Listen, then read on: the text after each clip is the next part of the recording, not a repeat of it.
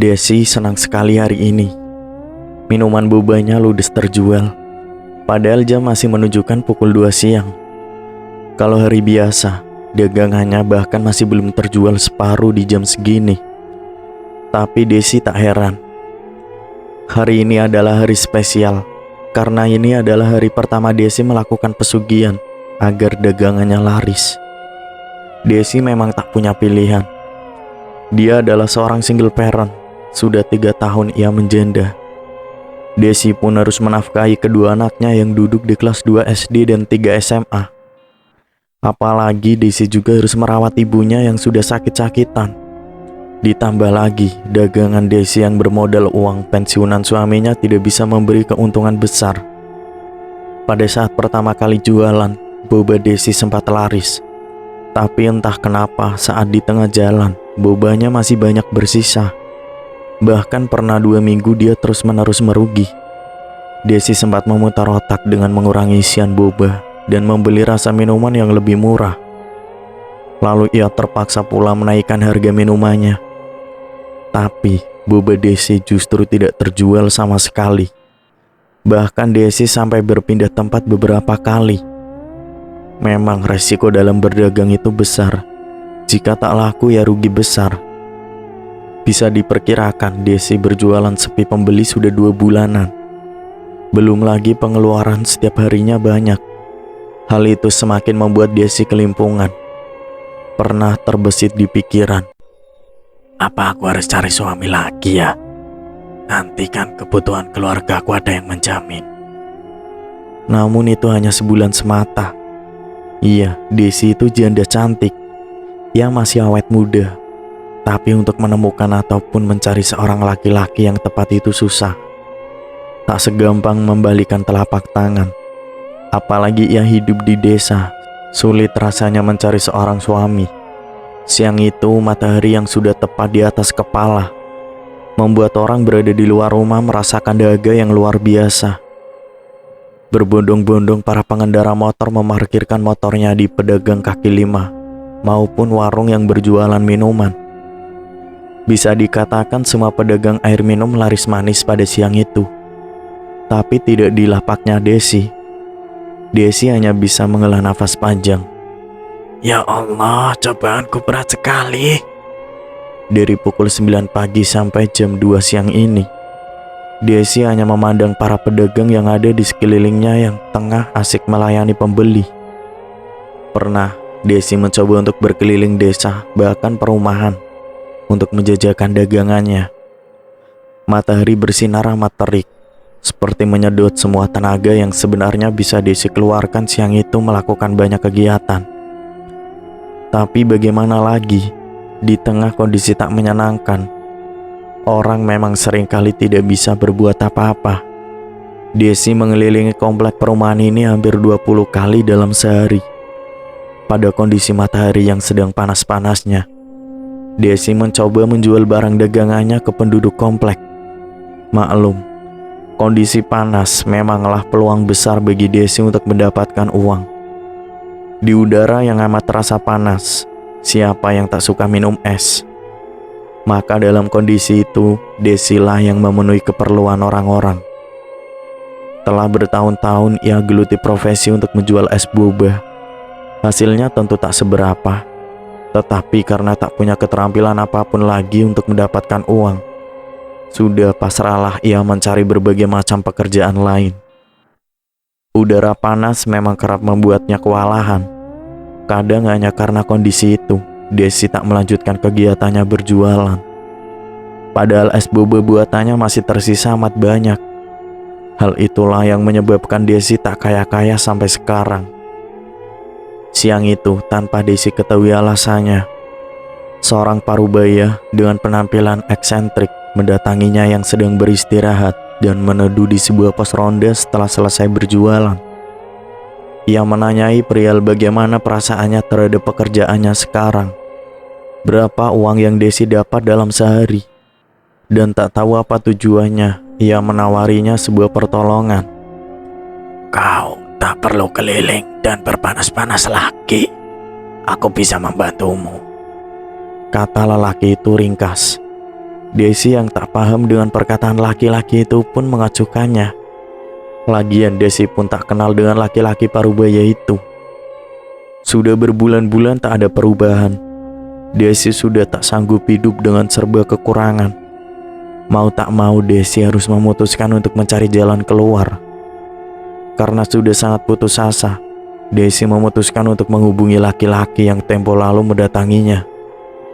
Ternyata laki-laki itu sesama penjual, dan ia memasang penglaris yang jadi solusi utama kalau jualannya sudah mulai tak laku. Laki-laki itu lalu menyarankan agar Desi datang ke salah satu desa yang berada di bawah lereng gunung. Dengan berbekal alamat yang ditulis di selembar kertas, tepat pukul 4 pagi, Desi berangkat menuju alamat tersebut dengan mengendarai bus antar kota. Perjalanan menuju ke rumah dukun itu memakan waktu 3 jam. Sesampainya di terminal kota untuk menuju ke desa itu, Desi harus menaiki ojek. Karena tidak ada angkutan umum yang menuju ke desa tersebut. Dengan tas yang ada di tangan kirinya, Desi membulatkan tekad untuk merubah kehidupannya. Beberapa kali Desi menanyakan alamat itu ke warga setempat. Sampai akhirnya Desi berhenti di salah satu rumah yang bangunannya berbeda dari yang lain. Rumah berdinding kayu dengan halaman yang asri. Terima kasih ya mas, ini ongkosnya. Setelah membayar ojek, kakinya lantas menuju ke rumah itu. Diketuk pintu rumahnya dengan mengucapkan permisi serta salam. Assalamualaikum, permisi. Berulang kali Desi mengucapkan salam, sampai akhirnya terdengar suara langkah kaki dari dalam rumah itu. Iya, waalaikumsalam. Sebentar. Dengan detak jantung yang berdegup kencang, Desi pun akhirnya bertemu dengan seorang kakek tua yang berpakaian serba hitam. Kenapa Nduk pagi-pagi datang ke sini? Mbah, saya datang ke sini mau minta bantuannya, Mbah. Masuk dulu, silakan duduk. Tunggu sebentar. Kakek tua itu bernama Mbah Mijan. Tak berselang lama, Mbah Mijan kembali ke hadapan Desi dengan membawa sebuah kendi dan dupa yang sudah terbakar, serta kembang 7 rupa. Bagaimana nak? Kamu ingin apa? Saya ingin dagangan saya laris, Mbah. Kamu yakin mau melakukan ini? Dengan segala resiko besar yang akan meminta kamu maupun keluarga kamu. Iya, Mbah, saya siap apapun itu.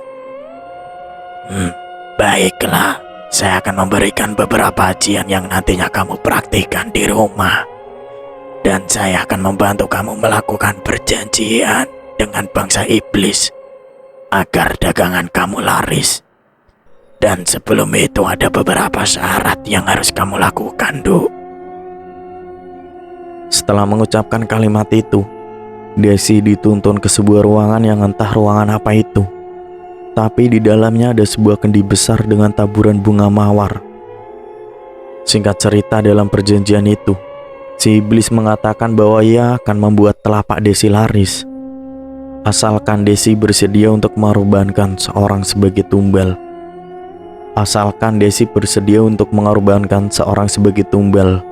Jika ia melakukan kesalahan perihal sesajen, bahkan jika ternyata itu adalah keluarganya sendiri.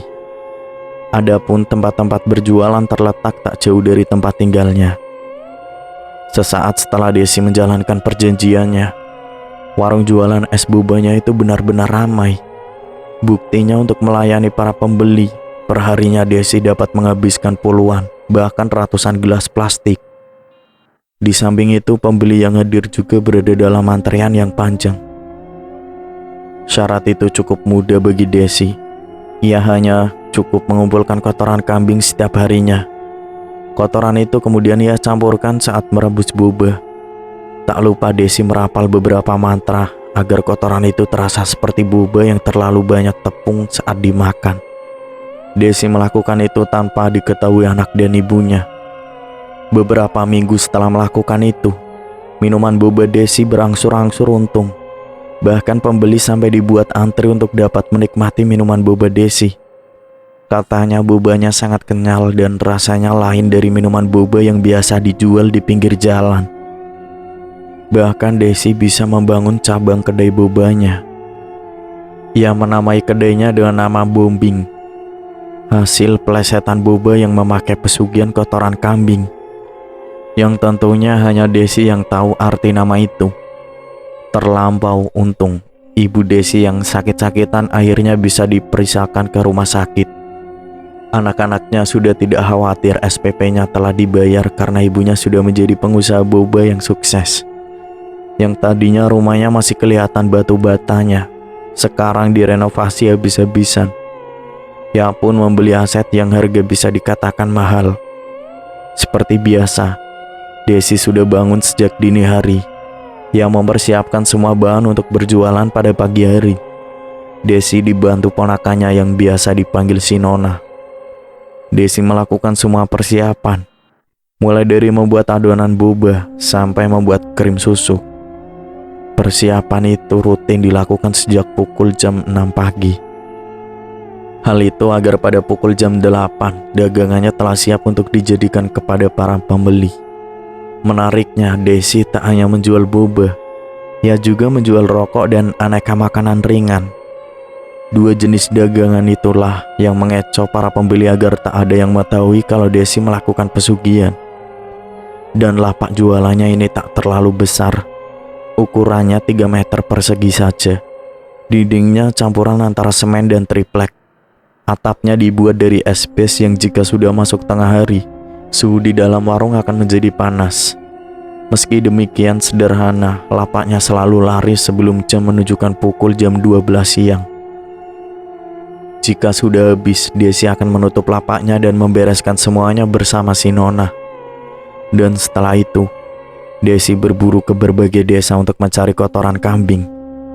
Jika ditanya untuk apa kotoran kambing itu, dengan mudahnya Desi akan menjawab, "Oh, kotoran kambing ini akan saya buat pupuk tanaman, Pak, Bu." Padahal kotoran itu sebagai media ritual pesugihannya. Jika sudah terkumpul banyak, kotoran kambing itu diletakkan di salah satu ruangan khusus yang hanya Desi saja yang boleh masuk. Sebelum pengolahan, kotoran kambing itu dibacakan mantra terlebih dahulu. Setelah itu, adonan boba yang asli dicampurkan dengan kotoran kambing di salah satu wadah yang kemudian direbus secara bersamaan. Tak bisa dibayangkan, orang berbondong-bondong memburu es boba, namun yang dimakan bukanlah boba seutuhnya, namun kotoran kambing. Sangat menjijikan. Waktu yang berjalan mengiringi jumlah pelanggan Desi yang kian banyak. Bahkan beberapanya ada yang menjadi pelanggan tetap dan mengaku tidak bisa untuk tidak datang ke lapak miliknya jika melintasi jalan di mana lapaknya buka. Desi merasa senang dengan apa yang terjadi dengan bisnisnya. Sebagaimana pesugihan, ia akan mendapatkan uang banyak dengan cara cepat. Ibunya bisa dirawat dengan baik dan anak-anaknya bisa jajan dan menikmati hidup yang lebih makmur. Meski begitu, pesugihan membuatnya harus melakukan ritual klinik. Tak hanya membaca mantra saja, namun seperti yang diarahkan oleh Mbah Dukun, Desi harus selalu memberikan sesajen untuk iblis yang bersekutu dengannya.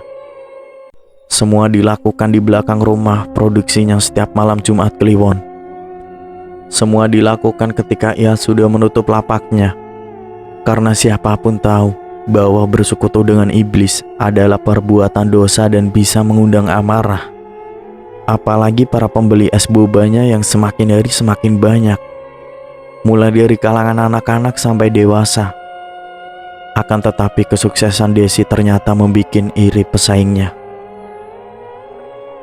Joko, pengusaha minuman cincau yang sudah memiliki kedai bercabang-cabang, merasa terancam dengan bisnis baru Desi. Mungkin bisnisnya dibilang kecil, tapi Joko paham kalau bisnis semacam itu memiliki prospek bagus di masa depan. Akhirnya Joko mengirimkan 2 orang anak buahnya untuk menelusuri resep rahasia minuman Desi. "Kalau bisa, bikin rumor kalau dia jualan dengan cara tidak halal. Yang penting, kalian hancurkan bisnis itu," kata Joko. Pagi dini hari, anak buah Joko menyelinap ke dalam rumah produksi Desi. Mereka beruntung karena di sana sedang tidak ada satu orang pun yang bekerja, termasuk Desi sendiri. Saat memasuki rumah itu, anak buah Joko tidak menemukan hal-hal yang mencurigakan. Hanya ada mesin-mesin perebus boba, pengemas minuman, dan lain-lain. Mereka agak kesal karena tidak menemukan apapun. Namun tiba-tiba salah satu sudut mata anak buah itu melihat satu ruangan yang mirip seperti ruang yang digunakan untuk quality control. Ruangan itu terlihat biasa saja sebenarnya. Cuma stiker dilarang masuk di depan pintu ruangan itu tampak mencurigakan. Setelah dibaca, ternyata hanya Desi saja yang boleh masuk. Kedua anak buah itu akhirnya mendobrak pintu karena penasaran. Ternyata di dalam ada bau menyengat yang sangat tidak enak. Saat ditelusuri, ternyata ada banyak kotoran kambing di ruangan itu. Ini adalah bahan rumor yang bagus, pikir anak buah itu. Lagi pula, siapa yang repot-repot menyimpan kotoran kambing di tempat seperti ini kalau bukan untuk pesugihan? Esoknya anak buah Joko melapor ke bosnya. Joko sangat puas terhadap laporan itu. Dia kemudian menyuruh mereka untuk menyebarkan rumor itu saat membeli minuman boba Desi. Dua anak buah itu datang langsung ke kedai bombing dan mengumumkan kalau mereka melihat ada kotoran kambing di rumah produksi. Karena rumor itu, Desi ketahuan pakai pesugihan. Pada saat itu juga, para pembeli yang sedang menikmati bombing tiba-tiba merasakan ada sesuatu di minuman mereka yang rasanya tidak enak. Banyak dari mereka yang sampai muntah-muntah. Mereka protes dan memaki Desi karena sudah memberikan mereka boba kotoran kambing. Tidak ada lagi yang mau mendatangi kedai bombing akibat kejadian itu. Sementara itu, Desi kian hari semakin merugi. Akhirnya Desi terpaksa menutup kedainya karena bangkrut. Kini Desi sudah menabur nama jelek di masyarakat. Ia tidak tahu lagi harus melakukan usaha apa untuk bertahan hidup. Pada suatu malam, putranya yang masih duduk di bangku 2 SD tiba-tiba kesurupan. Ketika itu mereka sedang bersantai di ruang tengah. Namun putranya tiba-tiba mencekik lehernya dan berlari keluar. Ia berteriak dengan nada yang amat berat. Desi tahu ini tidak beres. Seketika Desi langsung mengejar putranya yang lari keluar. Ia sudah menghilang. Desi mencari-cari kemana ia pergi. Bahkan seluruh warga juga turut membantu pencarian. Sekitar 2 hingga 3 jam mereka mencari. Tiba-tiba ibunya Desi mengalami hal yang sama. Tetapi kali ini ia tak berlari, melainkan mencekik lehernya hingga pingsan. Buru-buru Desi melarikannya ke klinik terdekat dan membayar orang-orang suruhannya untuk mencari putranya yang hilang tadi. Desi mencengkram erat putra pertamanya agar tak mengalami hal yang sama. Ia tak tahu apa yang sedang terjadi. Desi pun bingung. Selama ini seluruh pesugihanku berjalan lancar, tapi kali ini ia mengalami hal demikian. Namun semua mulai jelas ketika tiba-tiba sekelebat cahaya masuk ke tubuhnya dan membuat Desi jatuh pingsan. Kala pingsan, Desi bermimpi sesuatu yang aneh. Di dalam mimpi itu, ia sedang berada di tengah-tengah padang rumput yang amat luas, tak berujung tetapi begitu panas. Di kejauhan Desi melihat seorang sedang berjalan menghampirinya. Tubuhnya tinggi, tegap, dan berisi. Ia mengenakan jubah hitam. Tampak kontras dengan suasana saat itu. Di hadapannya sosok itu matanya melotot dan tangannya memegang pundaknya Desi. Ia berkata dengan kencangnya, Mana janjimu? Lanjut ritual pesugihanmu yang selama ini kau jalani. Kau sudah melanggar janji dengan bangsa iblis. Kau sudah tak lagi memberi kami sesaji di setiap Jumat Kliwon. Lakukan kemaksiatan itu, jangan berhenti. Kalau tidak, ibu dan anakmu akan lenyap. Seketika Desi terbangun dari pingsannya dan menangis terseduh-seduh. Semuanya tiba-tiba menjadi begini. Desi menyadari kesalahannya. Ia sekarang sadar kalau selama ini ia sudah melakukan hal yang sangat fatal. Namun tak ada pilihan lain.